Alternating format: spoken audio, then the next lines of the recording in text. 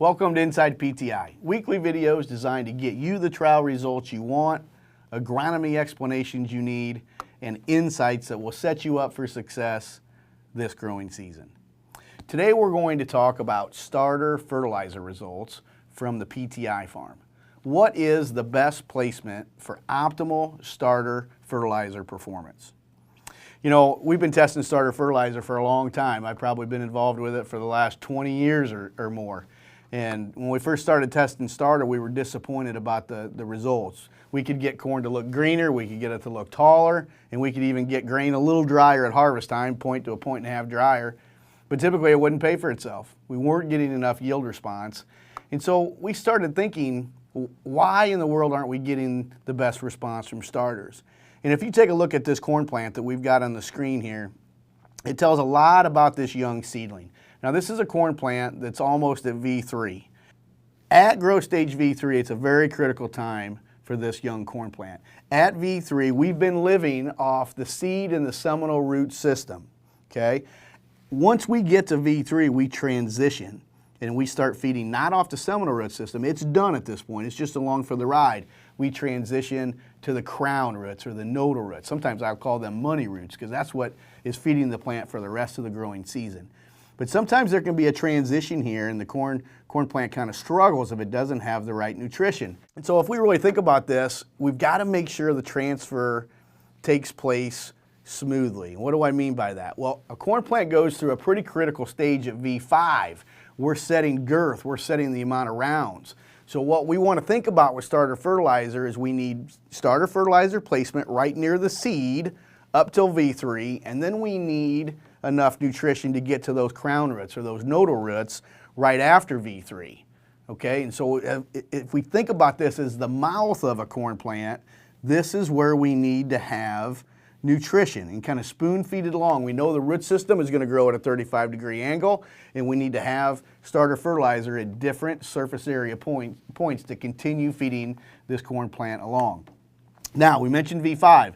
Very critical point in a corn plant's life. This is where we're setting rounds. This is where we start to determine yield potential. And guys, you guys know this. We want as many rounds as we can on that ear of corn.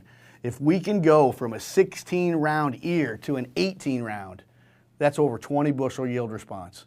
Usually it's about 11 bushel per row. Okay, now what else can you do when the corn plant is V5, a very short corn plant, to get over 20 bushel response? I'll even go one step further. What if we could take this to a 20? Now we're talking over 40 bushel yield advantage, again, by hopefully feeding this plant, putting the right nutrition, but getting it near the mouth of the plant where the plant can actually reach it and do something with it. Okay? So this is what we're trying to do. And a lot of times you'll hear me say, let's keep the 20. You know, we need to feed this plant right, coming up out of the ground. It wants to throw a 20, but we do certain things wrong. We give it stress, and then it wants to back down to a 16 or heaven forbid, even a 14 round. So this is a big start of yield potential right here at V5. All right, let's talk about placement. Remember what we said? We want to make sure we've got nutrition at the mouth of the corn plant. So on the screen right now, you see that V3 corn plant, almost V3. And if we take starter fertilizer and we place it where the blue dot is, okay, a lot of growers are utilizing this type of starter fertilizer placement. That's typically called a pop-up or in-furrow placement. And look where that placement's at, right on the seed. Okay, we've got access right by the seed and the seminal root system.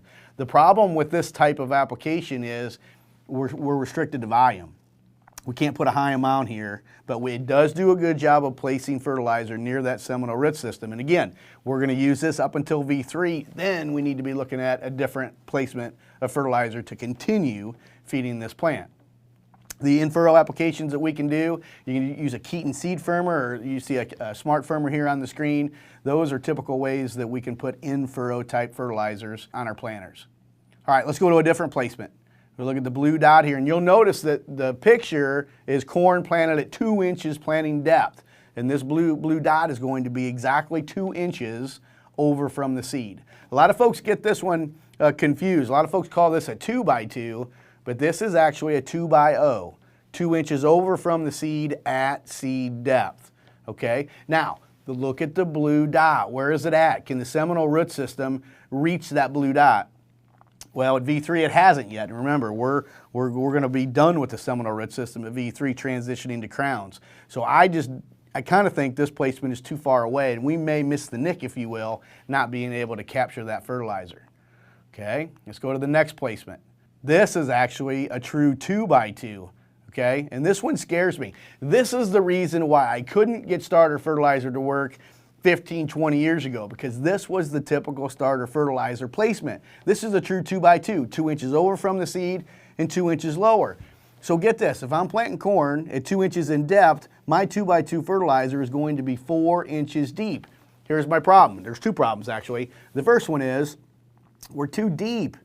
It's hard enough to get soils fit at the 2-inch planting depth level, let alone going 4 inches, 2 inches deeper down to that depth. We're slabbing and we're causing some soil density issues, kind of a wall, if you will, on the side of the corn plant. And that's a tough one for me to grab. The other thing is, look at the dot. Look at the dot, the blue dot in relationship to where the roots are at. I've got a 2x2 fertilizer placement. I've got fertilizer underneath the plant, but at V3 I have nowhere near touched that fertilizer. And when you think about a V3 corn plant going to V5, that's 2 leaves. How long does it take to put a new leaf on a corn plant? With ideal growing conditions, about 3 days. Every 3 days we'll put on a new leaf. So in this particular situation here, if I'm at V3, I've got 6 days to get that fertilizer into the plant, work its magic, if you will, and try to get me at least 2 more rows round. And the moral of the story is, it's just too far away. I don't think we're going to be able to access this fertilizer. It's nowhere near the mouth of the corn plant.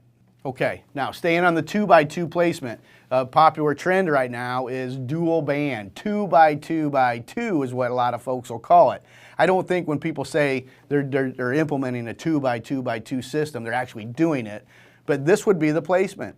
Again, 2 inches over, 2 inches below the seed. If we're planting corn 2 inches in depth, we're placing 2 bands, 4 inches deep on both sides. And this is where I do get really worried about soil density here, because we are creating a wall on each side depending on how we're applying this product. But it's going to have to go deep, and it's got the potential to get into high amounts of moisture, which can slab and again cause some soil density issues. But this would be the 2x2x2 dual band. Okay?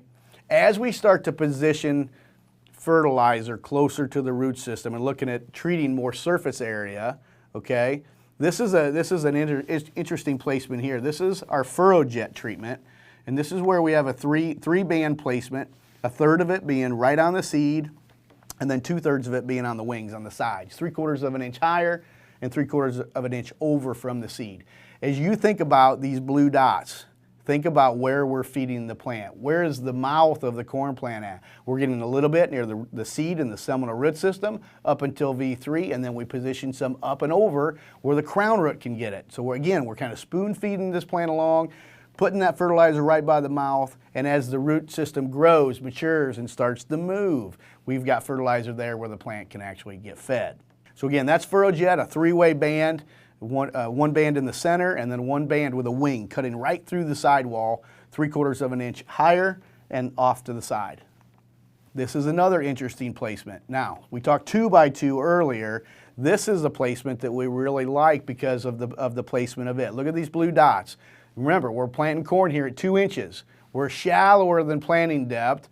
We're 3 inches off to the side, dual band. This is our conceal treatment.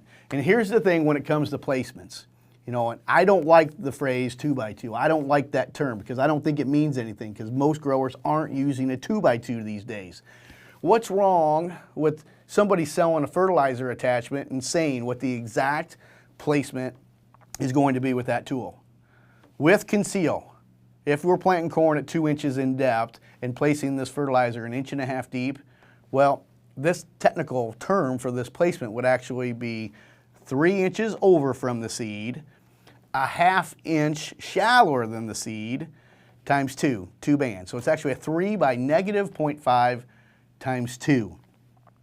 It sounds weird, I know, but doesn't that tell you exactly where the placement is of our fertilizer that we're applying? And guys, we've got salty fertilizers. We have to know where exactly we're placing them. So let's get rid of the old 2x2 phrase or analogy that we've used for years and actually talk about where the placement is going and where is the mouth of that corn plant, and are we feeding this corn plant at the right time. This is what we call the 5-point touch.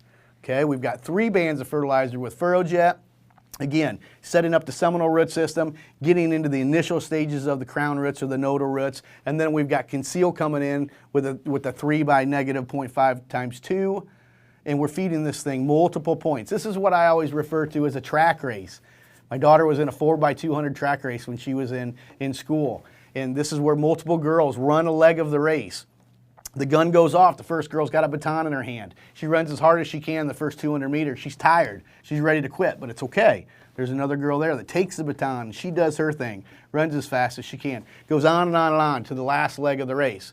It's not up to just one person to get the job done to win the race. Every person does their part. That's what this 5-point touch is, continually putting fertilizer where the root is growing, the mouth of that corn plant, and we're going to be able to feed it up to that V5 growth stage where we can hopefully set a 20 round.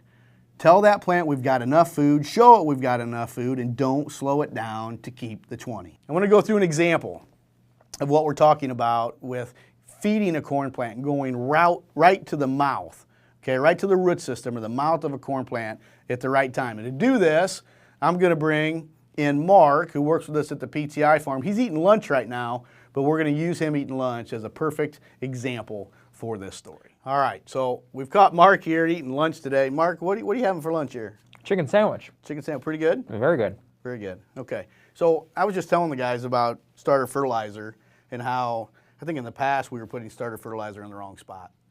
We weren't really putting it near the mouth of a corn plant to properly feed it. Now I noticed that you're putting your chicken sandwich in your mouth. Right. Is that typically how you eat a sandwich? Yeah. Yeah? Yeah, it looks like you're getting probably some good nutrition by going this way. Is there another way to get nutrition, or does everything come through your mouth? Comes through my mouth. Everything comes through your mouth. Now I want to try something here. Remember how I told you guys years ago I wasn't getting very good response from my starter fertilizer? Some of it was the old 2x2, burying it 4 inches deep, the root system, could never access it. I wasn't putting it near the mouth of a corn plant. I kind of want to rearrange Mark's lunch here. Mark, would you bear with me for a minute and let me have your sandwich? Yes. Okay. So Mark, we're going to take this sandwich, and instead of feeding it through your mouth, we're going to try feeding it through your ear, okay, to kind of simulate how we've been doing starter fertilizer in the past. The wrong way. So Mark, okay, we're going to try a new nutrition way here, okay? Ready? Yep. Now, can you taste it? I cannot taste it. It smells a little weird. You can smell it, but you can't taste it. Nope. Feels Okay? funny. It feels funny. Now just turn around a little bit. See what we got here, guys? We've got food, nutrition that's not in Mark's mouth. And that's how I feel we've been, kind of what we've been doing with starter fertilizer. Mark, I'll have you take your sandwich. Thanks. Okay, now take another bite. Now, does that taste better? Well, first of all, can you taste it? Yeah. You can. Tastes pretty good. A lot different than through your ear. So probably a bad analogy, but hopefully you guys can understand kind of the way we've been maybe putting starter fertilizer on in the wrong spot where the corn plant can't reach it. We've got to put it near the mouth. So today's InsidePTI agronomy tip of the day is starter fertilizer placement is crucial for optimum performance. When applying a starter fertilizer, consider where the actual placement is delivered, where the plant's roots or the mouth is located, and then if the plant can reach or access that nutrition at the proper timing. Well, that's all the time we have for today. For information or questions, feel free to reach out to any Precision Planting Premier dealer, or you can email us at InsidePTI@precisionplanting.com. We'll see you on the next episode of InsidePTI. In the meantime, thanks for watching.